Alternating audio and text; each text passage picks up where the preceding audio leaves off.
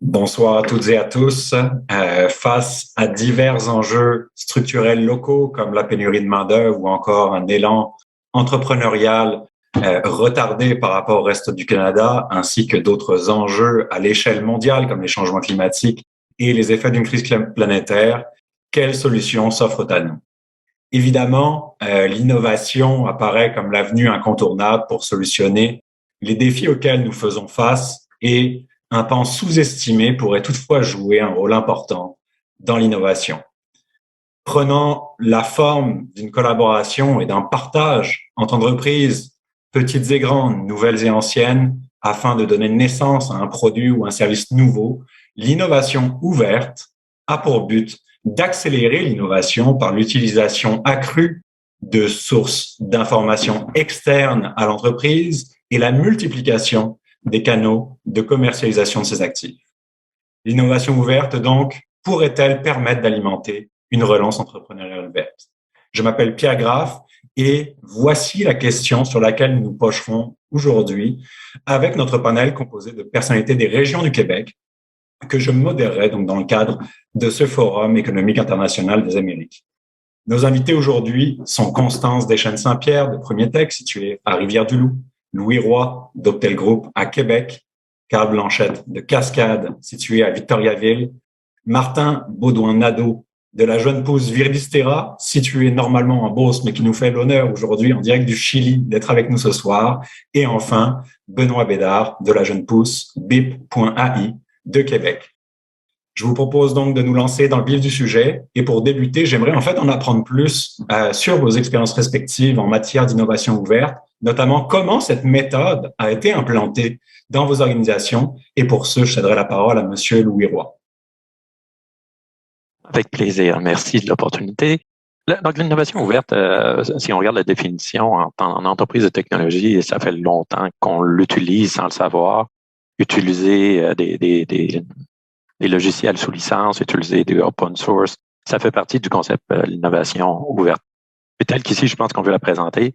Je dirais que ma première expérience au sortir de mon confort, ça a été lors du lancement de Scale AI, donc le supercluster canadien, avec Ivado, qui avait vraiment comme but, le gouvernement fédéral avait vraiment comme but de faire travailler les institutions de recherche, plusieurs organisations ensemble pour créer de l'innovation, surtout spécifiquement sur les chaînes d'approvisionnement. Alors, ça a été une expérience très intéressante. Au début, j'y croyais pas beaucoup, parce qu'on voyait, en rencontrant les universités, en rencontrant les corporations, on voyait beaucoup de chocs de culture, de valeurs, de pensée, de thinking.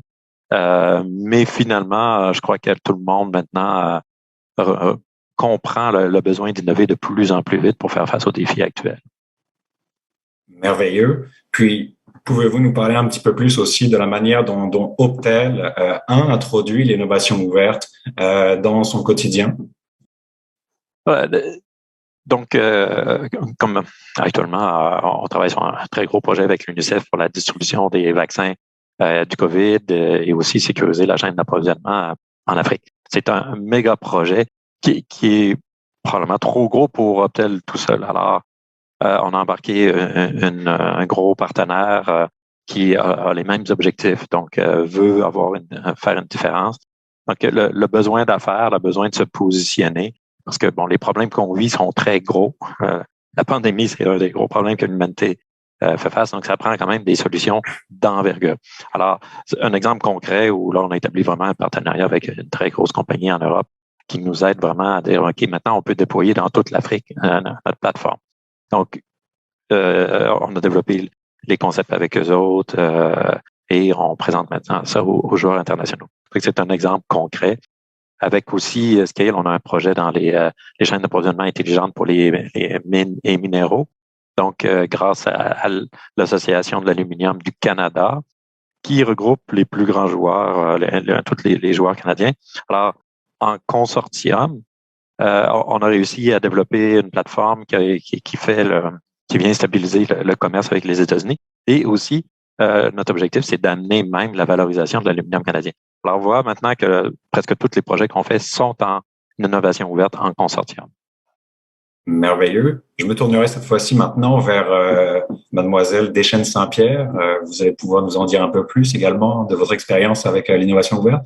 Je disais, l'innovation, c'est probablement un des éléments pour lequel Promietech est bien reconnu. On a grandi par l'innovation en partant d'une ressource naturelle, si on veut, en étant pure play, puis en l'amenant dans divers métiers qui fait un peu la diversité de Promietech, puis la différence entre ces métiers, puis ces trois grandes verticales, puis si on veut qui grandissent par des startups à l'interne, puis qui deviennent finalement des business à part entière parce qu'on amène une expertise d'une industrie à une autre.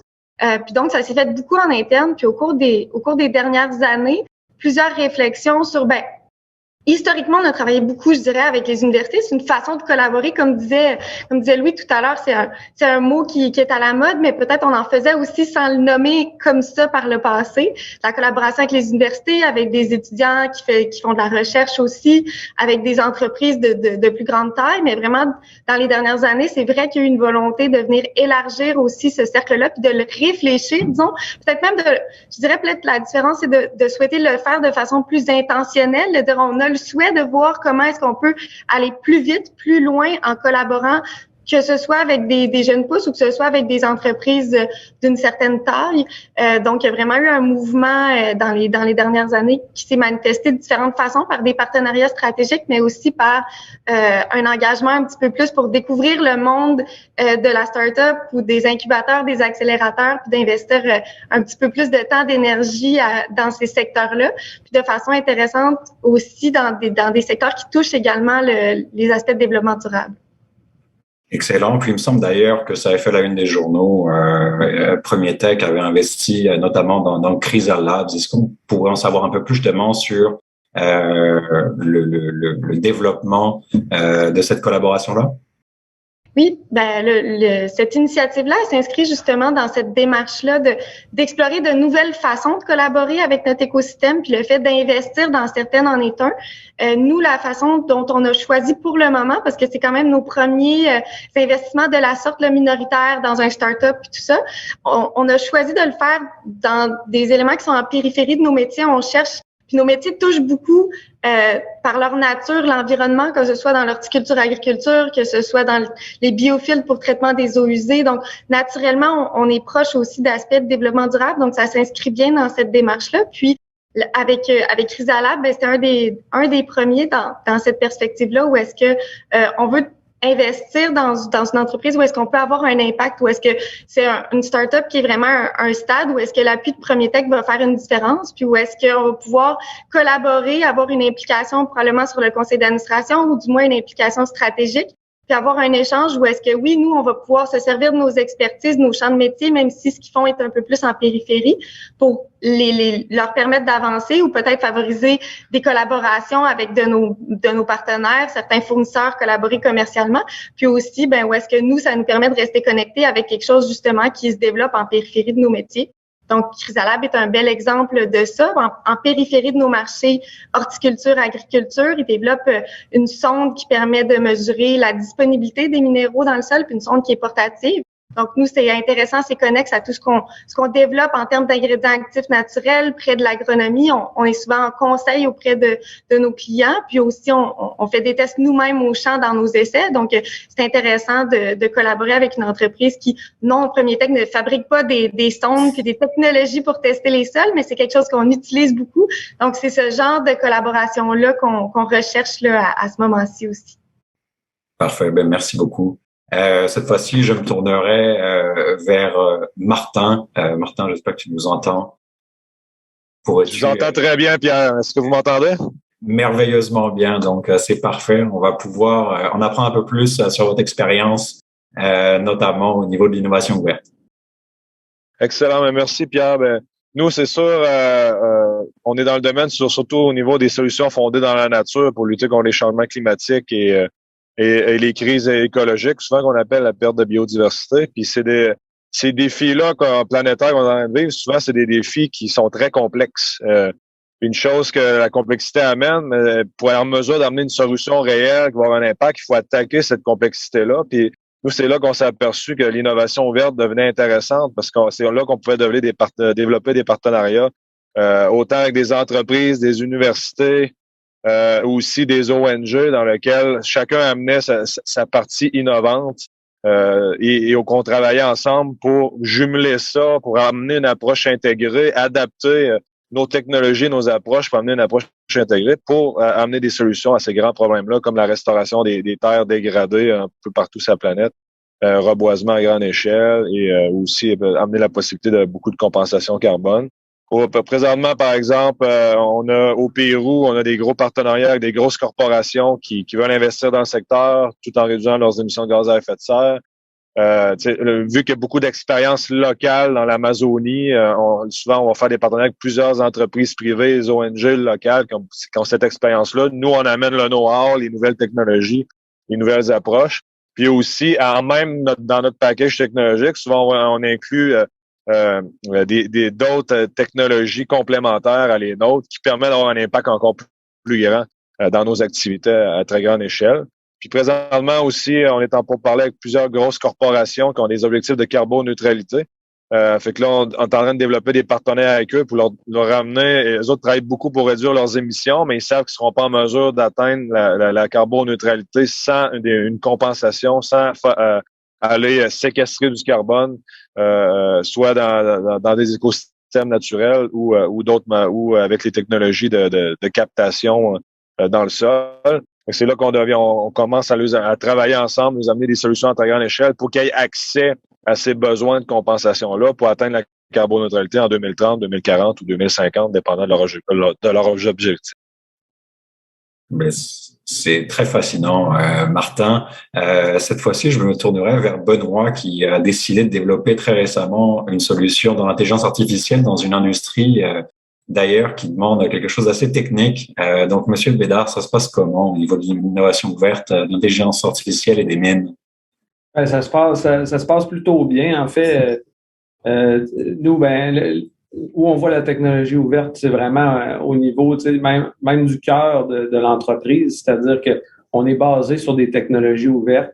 C'est ce qui nous a donné l'accélération pour arriver à quelque chose de pratique assez rapidement. Puis en plus, ce principe-là, on l'a intégré à même notre modèle d'affaires parce que, en fait, nous, on est agile à développer des technologies, on est agile à développer des modèles d'intelligence artificielle, mais la connaissance terrain, on est dans le domaine minier de l'énergie. Évidemment, on ne l'a pas à un fin niveau. Et puis, notre solution sert à maintenir un dossier de santé des actifs dans ces domaines-là, donc de s'assurer qu'on allonge leur vie, qu'on évite les accidents environnementaux humains.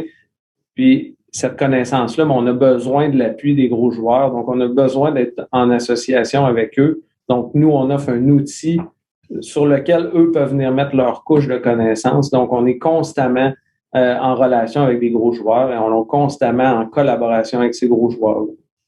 C'est vraiment la base de notre modèle. Nous, dans le fond, on veut qu'il y ait un maximum de personnes qui utilisent notre système, pas seulement pour augmenter le volume de données qu'on peut récolter, mais aussi pour augmenter notre influence ou l'impact qu'on va avoir au niveau de ce marché-là.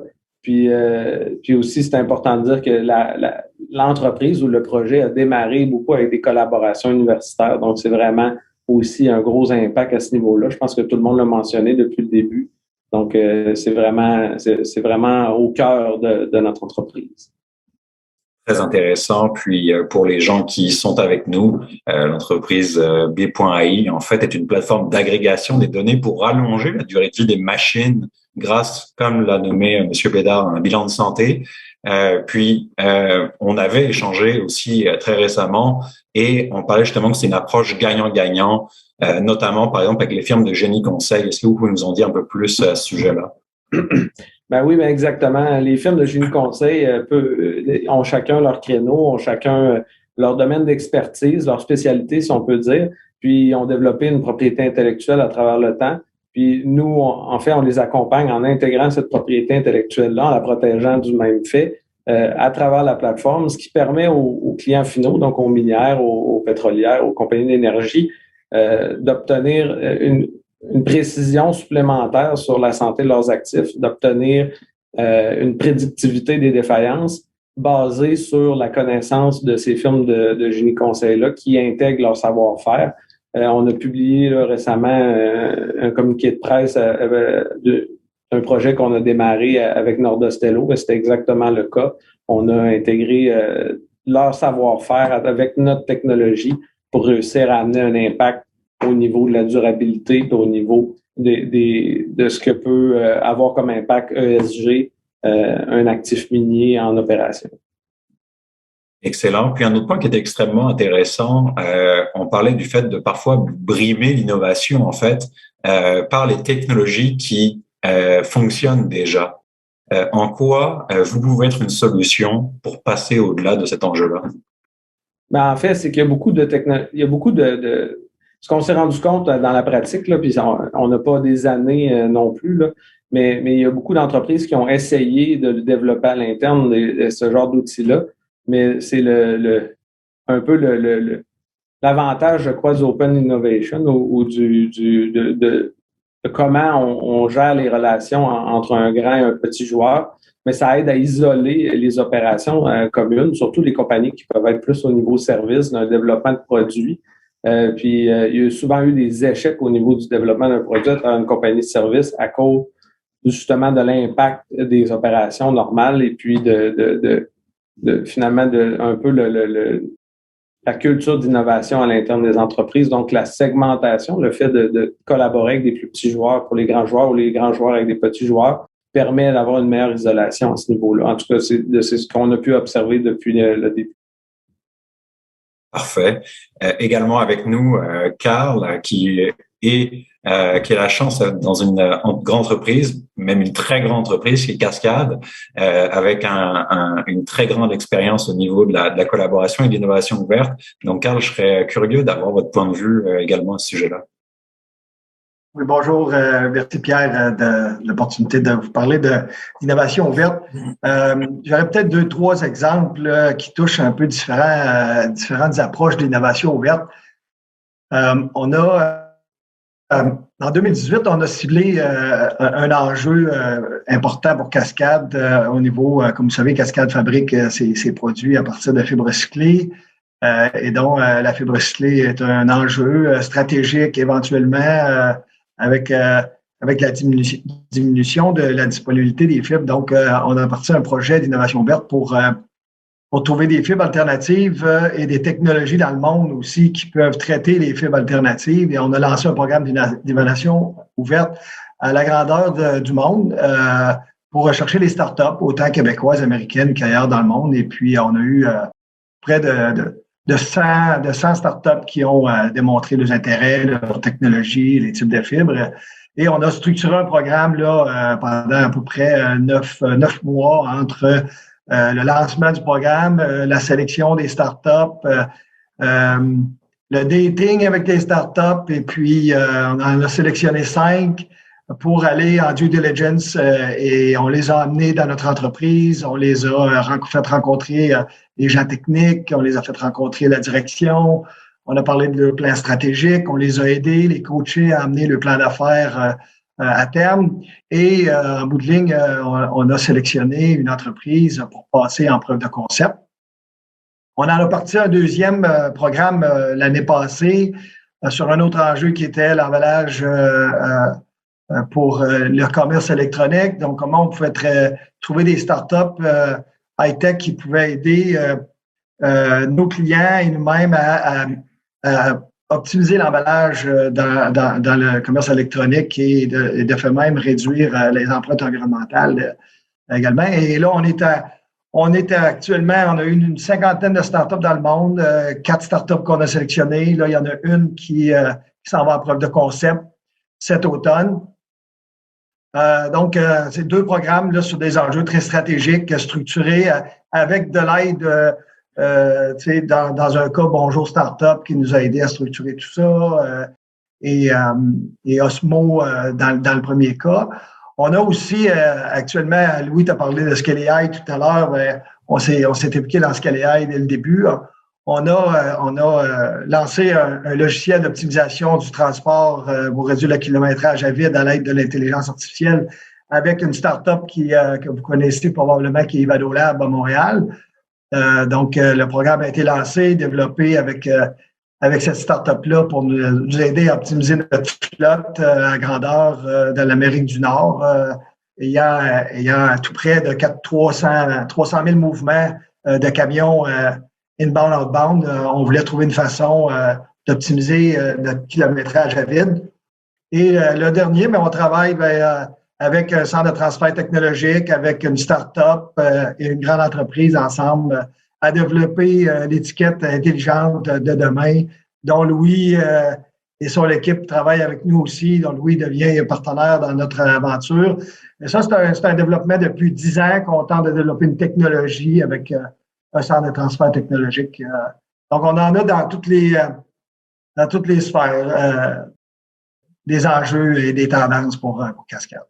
Parfait. Puis, on voit justement que c'est un processus quand même, dans le cas de Cascade, qui a pris un certain temps, qui a évidemment certains enjeux qui apparaissent dans la volonté de faire de l'innovation ouverte.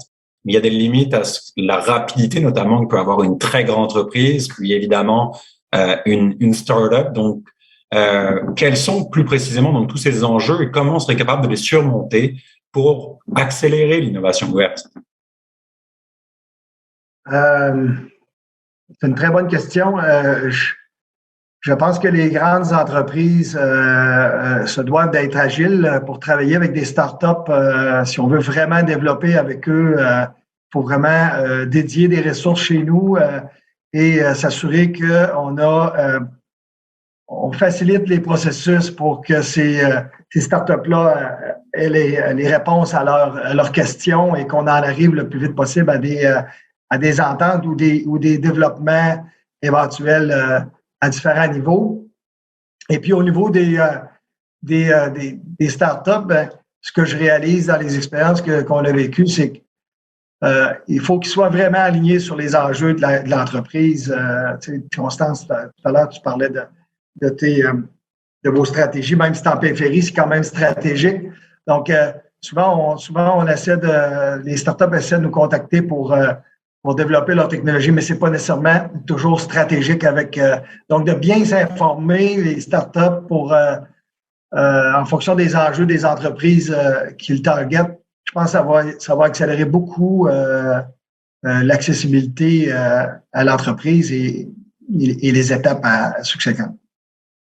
Merci, Carl.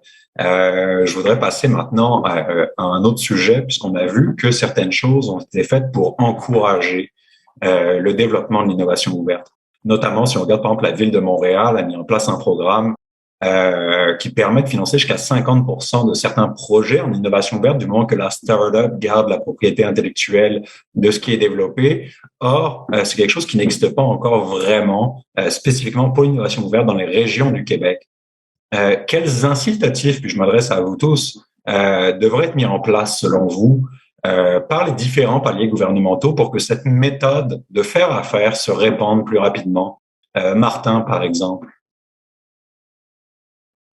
Merci, Pierre. Mais une chose certaine, c'est que souvent, une chose qu'on s'est aperçu, nous, en tant que start-up, c'est que les gouvernements, souvent, ils disent qu'ils veulent faire beaucoup d'innovation, mais il y a beaucoup de programmes que c'est beaucoup d'une belle image, mais finalement, tu t'aperçois quand tu t'avances avec le programme, c'est qu'ils sont pas prêts à prendre le risque de l'innovation réelle. Fait que ça, moi, s'il y a quelque chose d'important au niveau gouvernemental, c'est que le gouvernement devrait travailler fort pour avoir un pool au moins de 5-10% de tous les investissements qu'ils font, que ce soit acheter des nouveaux produits ou favoriser l'innovation ouverte, comme on dit là, mais de la vraie innovation, prendre le risque qu'on développe des nouvelles technologies, des nouvelles méthodes qui vont amener des solutions réelles aux grands défis qu'on vit présentement, puis vers s'en aller vers la transition vers une économie verte. Fait que ça devient très important parce que là, présentement, l'innovation, pour moi, se fait pas assez rapidement quand on regarde l'avancement de ces grands défis-là qu'on est en train de vivre et l'impact négatif que ça a sur notre société. Parfait. Puis, pour vous donner un exemple, le regroupement des jeunes chambres de commerce du Québec a proposé lors de diverses consultations que l'on crée justement des nouveaux moyens pour le gouvernement d'investir, notamment que ce soit par des prêts risqués ou de l'équité temporaire, ou vraiment faire un pas supplémentaire pour être capable de pousser les jeunes pousses innovantes à travers la province.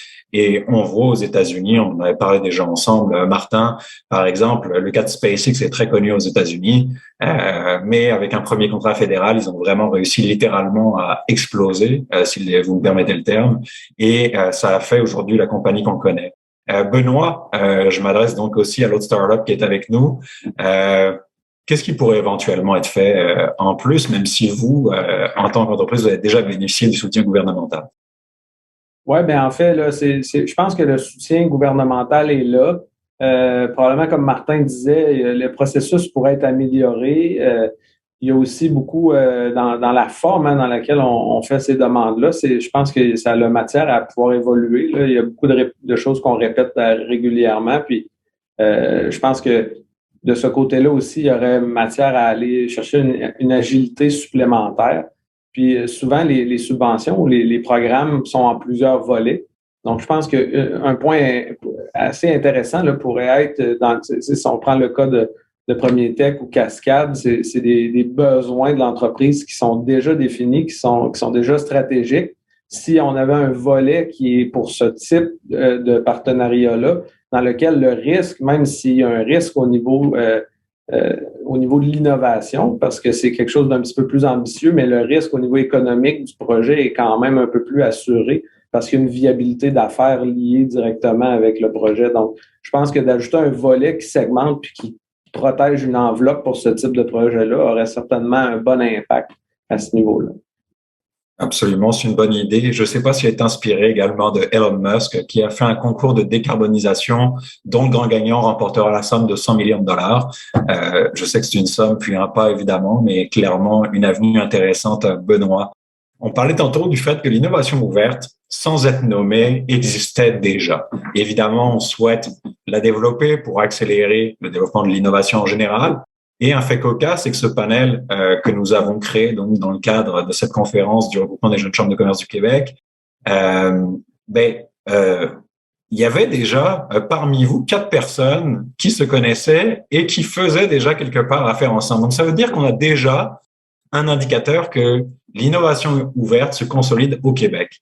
Dans ce temps-là, qu'est-ce qu'on pourrait faire pour faire grandir cet écosystème? Qu'est-ce qu'on pourrait faire pour l'encourager? Constance? Oh, le son, Constance. 2 en 2. Je pense qu'il y a différentes choses qui pourraient être faites. On avait discuté un peu de l'écosystème puis de comment faciliter un peu les relations dans l'écosystème, du moins de notre point de vue de grande entreprise. Je pense que tu le nommes bien. Les collaborations avec les universités, c'est plus, pour nous en tout cas, c'est plus traditionnel, c'est plus dans l'habitude. Même chose avec de grandes entreprises, avec nos fournisseurs.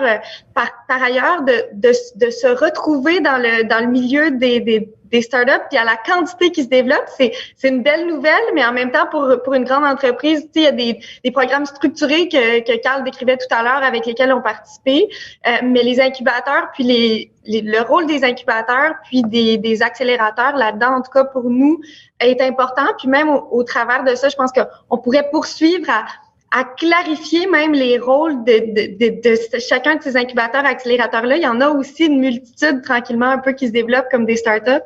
Nous, on s'en est rapproché, par exemple, de 2 degrés autour des technologies propres dans la ville de Québec en tant que partenaire dans la dernière année. Ça nous permet un peu d'apprendre à collaborer avec ces acteurs-là. On collabore aussi indirectement avec EcoFuel, qui est un accélérateur, ou avec différents... mais ces joueurs-là qui viennent faire le pont, pour nous, sont un élément important. Puis on trouve important de les supporter aussi. Eh bien, merci à vous pour ça. Puis, je crois que Louis, d'ailleurs, a été de près ou de loin impliqué également dans 2 degrés, comme quoi je dis que le monde est petit. Louis, qu'est-ce qu'on pourrait faire de plus, justement, pour faire grandir cet écosystème-là? C'est pas que je sorte l'urgence d'agir au point de vue environnemental, faire face au changement climatique, mais problème d'eau, problème de ressources naturelles. Puis, tantôt, on parlait que, avec Martin, avec Premier Tech, avec Cascade, on chemine dans la même direction. On a des valeurs communes qui fait qu'on cherche des solutions pour régler des gros problèmes. Et c'est pour ça qu'on est comme dans une route où on navigue ensemble, puis on se rejoint, on s'aide. Et à un moment donné, ça va peut-être arriver à des beaux projets. Mais il y a une urgence d'agir au point de vue de l'innovation verte. J'enlève le « ou », là, verte. On peut pas tarder. Alors, on voit encore que c'est encore difficile de stimuler le gouvernement à créer ces regroupements-là, à démarrer ça, parce qu'il y en a plein de petits startups, que ce soit en économie circulaire, nous autres, on en aide plusieurs. Alors, l'énergie est là, la connaissance est là, mais on a encore besoin parce que le retour sur l'investissement de ces projets-là verts, ça sera pas 1 an, 2 ans. Comme nous, on a investi 70 millions pour adresser avec notre plateforme les changements climatiques, etc. Puis, c'est probablement un retour sur investissement de 5 à 7 ans. Mais actuellement, notre monde financier est pas à l'aise avec ça, et même les gouvernements, souvent, comme Scale arrive, c'est juste 5 ans. C'est pas beaucoup pour changer les chaînes d'approvisionnement canadiennes. Alors, on négocie avec le gouvernement pour voir qu'est-ce qu'on peut faire. Mais les innovations vertes qui doivent être faites en mode collaboratif, ça prend du temps, ça va prendre de l'argent. Ce que Martin essaie de faire avec Veridis Terra, c'est majeur. Et c'est difficile à financer pour donner l'envergure que ça doit avoir pour que ça ait un impact. Alors, on a vraiment, je pense, une attention spéciale du gouvernement de regarder, maintenant, vous devez agir. Il y a le knowledge, il y a la volonté, il y a des entreprises, il y a des centres de recherche qui veulent, mais est-ce qu'on crée un genre de super cluster encore dédié au changement vert, en innovation verte? C'est à voir. Et est-ce que dans ce cas-là, Louis, peut-être que l'espèce de gain environnemental devrait être pris en plus des gains monétaires du développement de cette invention-là pour démontrer que le coût dépasse largement le coût de développement dépasse largement l'investissement. C'est une bonne idée parce que au bout de compte, ce qu'un Veridis Terra, c'est de la séquestration de carbone. Ça va pas lui prendre avant que les arbres viennent à maturité, ça va prendre un certain temps, mais oui, ça va avoir beaucoup de valeur. La même chose pour nous. On croit être en mesure d'amener l'industrie à sauver beaucoup sur l'empreinte carbone, à diminuer les pertes, mettre en place l'économie circulaire, avoir des gros impacts, mais c'est pas considéré actuellement. Présenter nos projets au gouvernement, puis ils considèrent pas du tout cet aspect-là d'impact. Ils regardent juste l'aspect, OK, mais à court terme, là, vous devez faire de l'argent à court terme, là, 70 millions. Qu'est-ce qui te rapporte, Louis? Et ils vont nous rapporter dans 5 ans. Mais le minding n'est pas là encore. Hein. Et puis, on parlait notamment d'un super cluster en développement durable, Louis. Concrètement, qu'est-ce que ça prendrait pour le faire? Puis, pour expliquer aux personnes qui sont avec nous ce soir, qu'est-ce que ça apporterait justement dans ce 5 à 7 ans si on investissait là-dedans, dans une nouvelle structure? Je crois que l'expérience fédérale des superclusters, il y en a eu 5. Elle est très positive, puis on a appris tout le monde, tous les joueurs de l'écosystème à bien gérer, à bien intégrer, à gérer la propriété intellectuelle. Donc, le défrichage a été assez énorme pour créer ce fonctionnement-là. Donc, la base des 5 superclusters, elle est déjà assez solide. Donc, je crois que le gouvernement maintenant peut voir, OK, on a démontré maintenant comment est-ce qu'on doit donner un plan directeur à des superclusters, puis évidemment offrir un financement de plusieurs façons de le faire. Mais je crois qu'on a démontré que le fonctionnement, la base, la gestion des IP, etc., elle est en place. Donc, c'est plus plan directeur, après, comment est-ce qu'on finance? Excellent. Carl, est-ce que vous avez quelque chose à ajouter là-dessus? Je pense que vous voulez intervenir, justement. Oui, je suis tout à fait de l'avis de Louis. Il y a beaucoup d'expérience qui a été acquis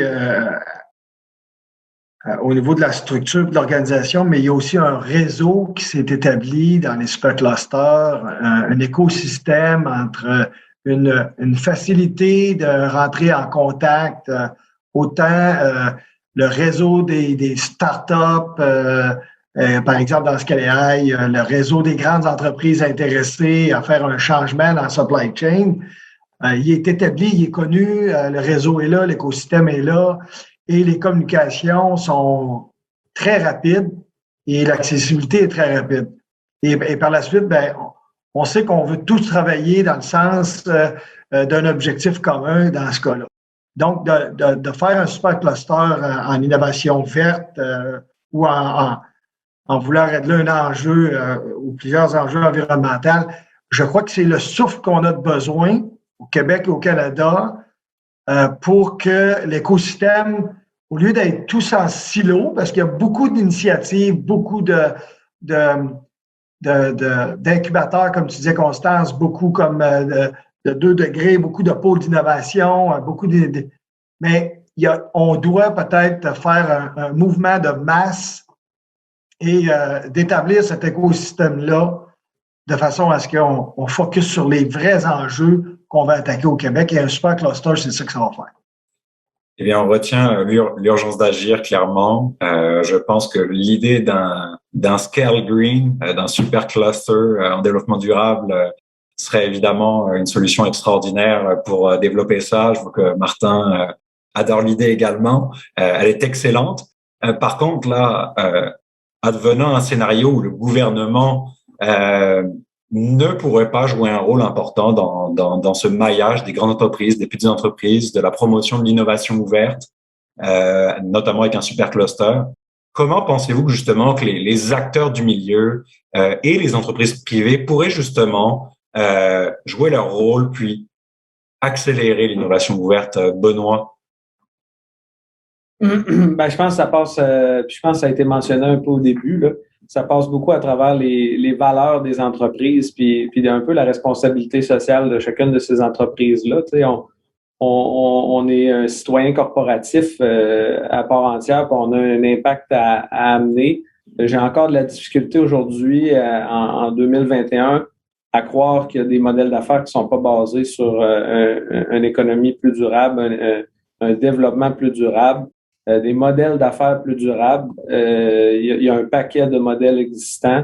Je pense que oui, c'est du recours du public, du gouvernement, mais je pense que en tant qu'entreprise, en tant que citoyen corporatif, c'est d'autant plus notre responsabilité là, de prendre ça au sérieux puis d'emboîter le pas dans cette direction-là.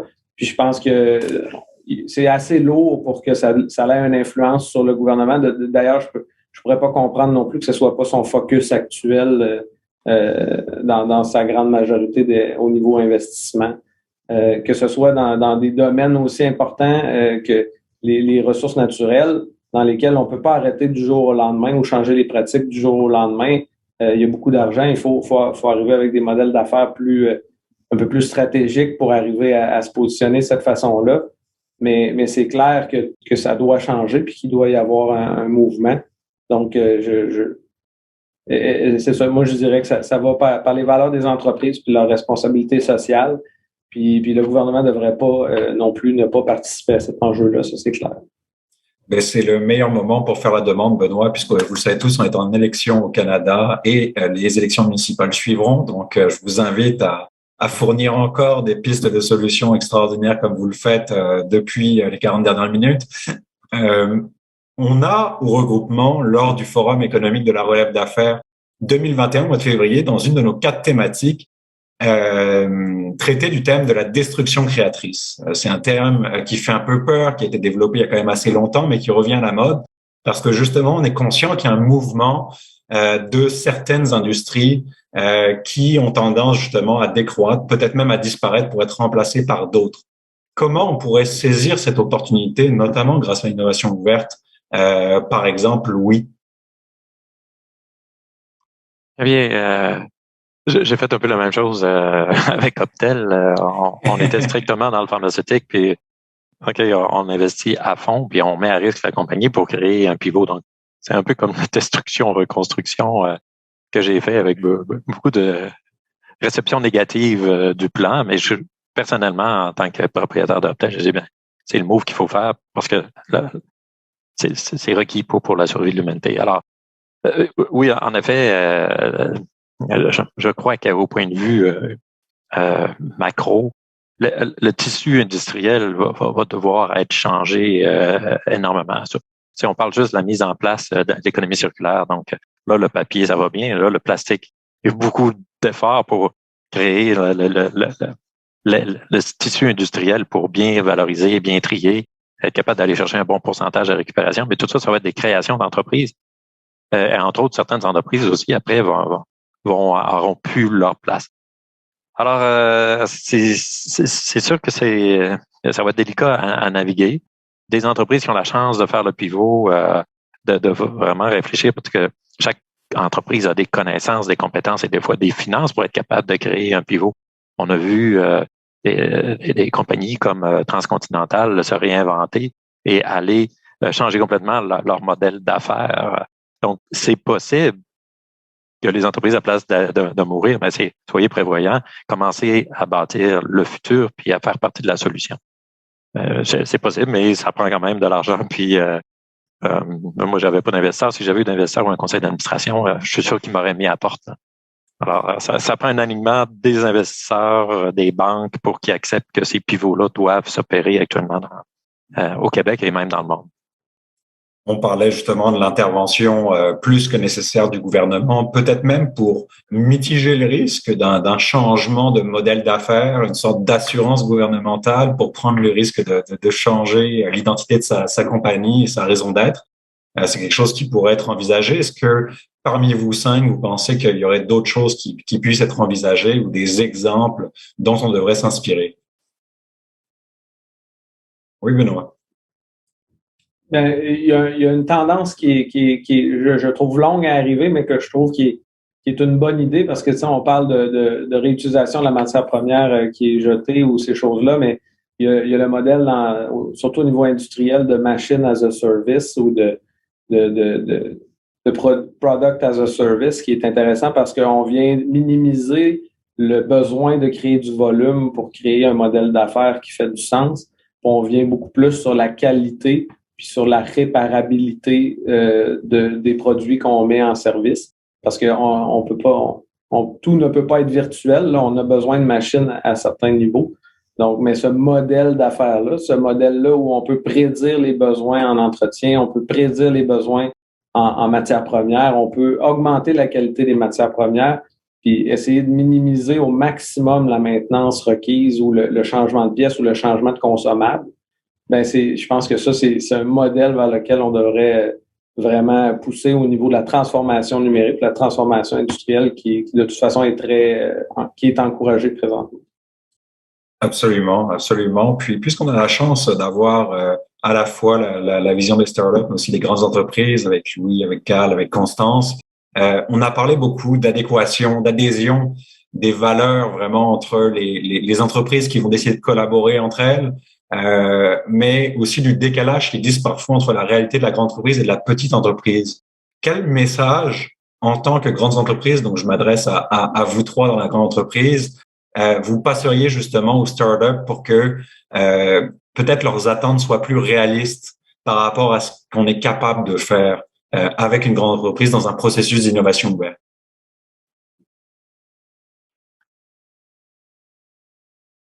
Je pense que le facteur temps, les choses n'arrivent pas comme ça, une grande entreprise. Même, il faut trouver le bon projet, le bon moment. Comme avec Cascade, ça fait des années qu'on parle ensemble. On approche d'un projet concret, mais ça prend du temps, ça prend trouver le bon alignement. Évidemment, une start-up est très agile, mais quand même vient avec sa compétence, sa connaissance, elle est capable de faire beaucoup de choses avec, mais il faut que ça soit requis au bon moment. Des fois, on peut pas forcer un carré dans un trou rond. Là. Il faut, je pense que c'est mon message, il faut s'assurer, travailler sur ceux où il y a un bon fit, il y a un besoin. Puis j'ajouterais là-dessus, il y a le fit des valeurs. On parlait tout à l'heure que nous, on est là, on a les mêmes valeurs. Il faut quand même que la start-up, les dirigeants aient le fit de ces valeurs-là aussi, là, parce que ça peut nuire au partenariat beaucoup. Je l'ai vécu, là. Si on n'a pas un fit entre les individus, un fit entre les valeurs environnementales qu'on projette ou les enjeux qu'on veut régler, écoute, c'est voie l'échec en partant. Absolument. Je suis d'accord avec Louis puis avec Carl là-dessus. Puis je pense même plus tôt dans le processus, Carl, t'en parlais là, tu sais, le niveau de proximité avec des enjeux qui sont stratégiques pour l'entreprise va amener souvent la rapidité de disponibiliser aussi des personnes pour travailler sur le projet, ou peut-être des fois dans l'entreprise c'est pas de disponibiliser les mêmes personnes de notre côté aussi, dans une perspective d'innovation sur nos produits, ça va pas être le même rythme puis les mêmes personnes que par exemple un investissement où est-ce que, comme on parlait tout à l'heure, l'entreprise joue un peu un rôle de supporter l'entrepreneuriat versus à proprement parler d'innover en plus grande proximité de ses offres commerciales. Donc, d'être conscient un peu de où est-ce que la solution vient s'insérer pour l'entreprise, où est-ce que ça se positionne, puis que ça peut changer un petit peu les impératifs de chacun ou la capacité de réponse.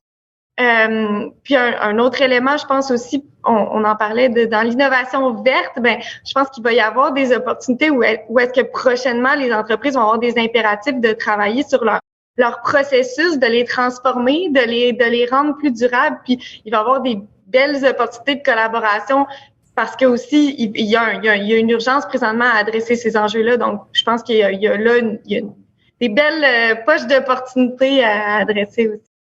Et justement, Constance, pour que des startups qui nous écoutent peut-être en ce moment saisissent cette opportunité, comment ils peuvent faire pour savoir justement quelle compagnie est ouverte à l'innovation ouverte? Est-ce qu'on est capable de créer quelque chose qui faciliterait justement ce maillage entre les startups puis les compagnies qui pourraient justement avoir intérêt à collaborer avec? C'est une excellente question à laquelle, honnêtement, bien difficile. De part et d'autre, je le nommais tout à l'heure, c'est difficile des fois pour les entreprises de trouver le bon incubateur avec lequel travailler, le bon accélérateur. Je pense que c'est un peu la même chose de l'autre côté. Puis effectivement, peut-être que les structures actuelles permettent pas tout à fait de répondre. Carl donnait l'exemple d'un appel qu'ils ont fait à différentes startups à travers le monde. Je sais pas qui reçoit ces appels-là, mais tu sais, de développer un outil de maillage. Il existe de plus en plus des outils de maillage industriels pour des synergies d'économie circulaire, par exemple, de travailler avec des intermédiaires qui vont faire le pont entre une entreprise qui aurait certains rejets puis des entreprises qui seraient prêtes à les valoriser. Est-ce qu'on pourrait avoir vraiment des services similaires de création de synergie puis un intermédiaire qui vient chercher un peu de part et d'autre les possibilités de regrouper des expertises puis de regrouper des besoins d'entreprise potentiellement, similaire un peu à ce modèle-là d'économie circulaire. Est-ce que, Carl, vous souhaitiez ajouter quelque chose? J'ajouterais que quand on parlait d'un super cluster pour créer un écosystème, un mandat clair, il existe, comme Constance dit, des cycles momentum, des bonjours startups, il y a des réseaux, puis ces gens-là sont là pour nous aider. Là, nous autres, on n'est pas spécialistes en innovation ouverte. On s'est assuré de les accueillir, bien connaître les enjeux, mais ces gens-là nous ont accompagnés à trouver à travers le monde et structurer les programmes pour se faire voir avec ces startups-là. C'est sûr que ça va aider, là.